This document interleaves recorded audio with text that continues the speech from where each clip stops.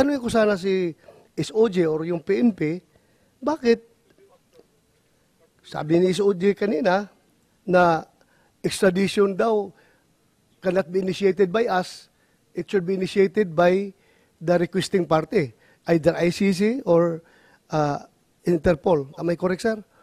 Sila tama dapat. po. Dapat ho, ICC. ICC. ICC po dapat. Okay. So bakit... Yun po yung sa extradition. Pero Yeah. surrender po, sa atin po yun. Kaya nga, bakit wala mo sinabi dito surrender? Extradition lang. Kaya nga, bakit hindi natin hinintay?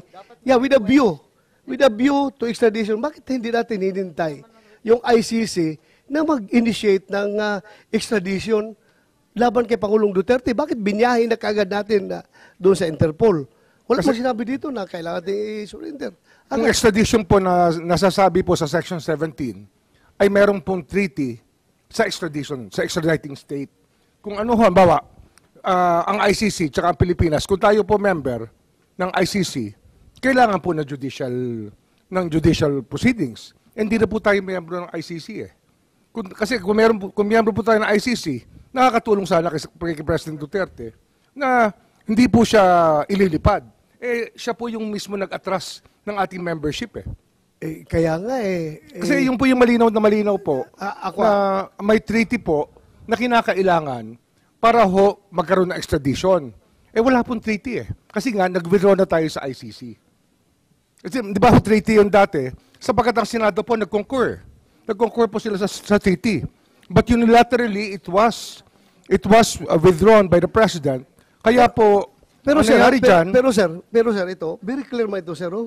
Ako hindi ako abogado, ikaw abogado ka ha. Pero ako, I just don't want to be emotional about everything. Gusto ko lang talagang para malaman natin itong totoo dito. Ito, very clear na hindi naman na hinihingi ang surrender. Ang hinihingi lang nila is extradition with a view to extradition. yung nga ho, So sana extradition will fail, sir.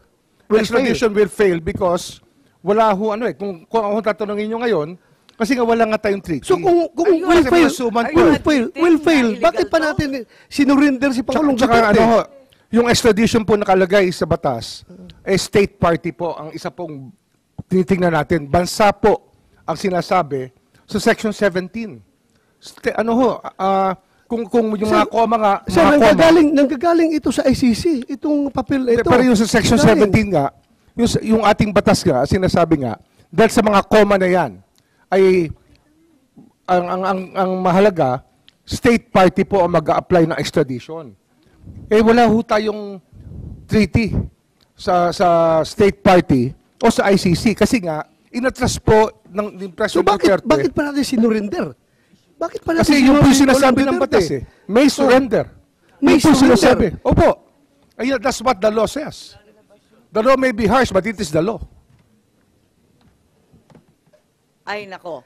Very clear man ito, sir. Extradition lang ang Yun lang pinagawa. naman, Bakit tayo pinilit na surrender? Hindi man lang Extradition naghintay ang for hinihingi a ng request. ICC. Kung di ho tayo umatras sa ICC, kung di ho inatras ni President Duterte yung ating membership sa ICC, talagang extradition po lang. So kung umatras na tayo sa ICC, bakit pa kailangan Nawala ho yung treaty natin. Kailangan pa natin i-surrender. Nawala ho yung agreement natin, sir. Sir, kaya nga sir, bakit pa natin sinurinder?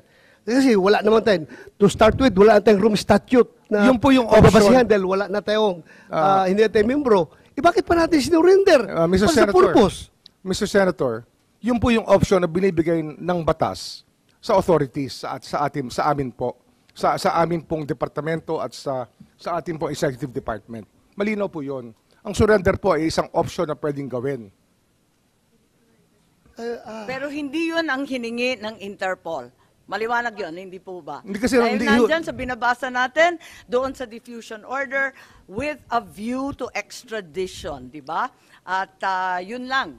Hindi pa nga dumating yung request, wala pa rin yung assurance that extradition will be sought. Hindi nga ho maaaring All that was indicated was with a view to extradition. Hindi So, yung under ang extradition, sapagkat hindi nga tayo, Pinuntagan na ninyo wala na lahat tayong ng treaty mga- with ICC eh. Nawala na nga yung ating membership.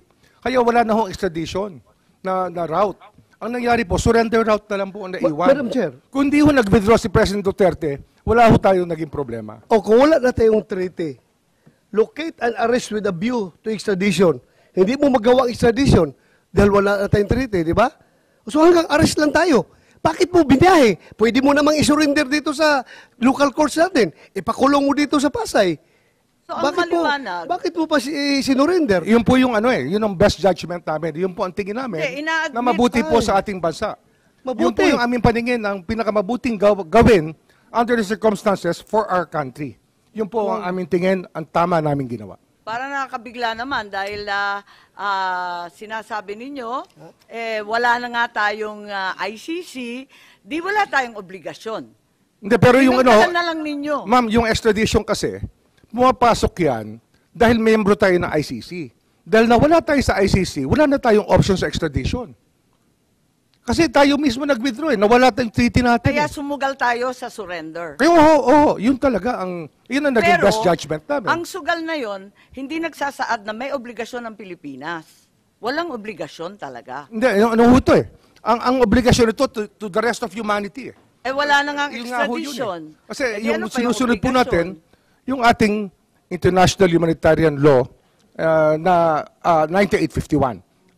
That is contained in Republic Act 9851, Section 17 pa rin po. Babalik ho tayo rin muli. Okay, punta naman tayo ulit sa Madam Chair. PCTC kung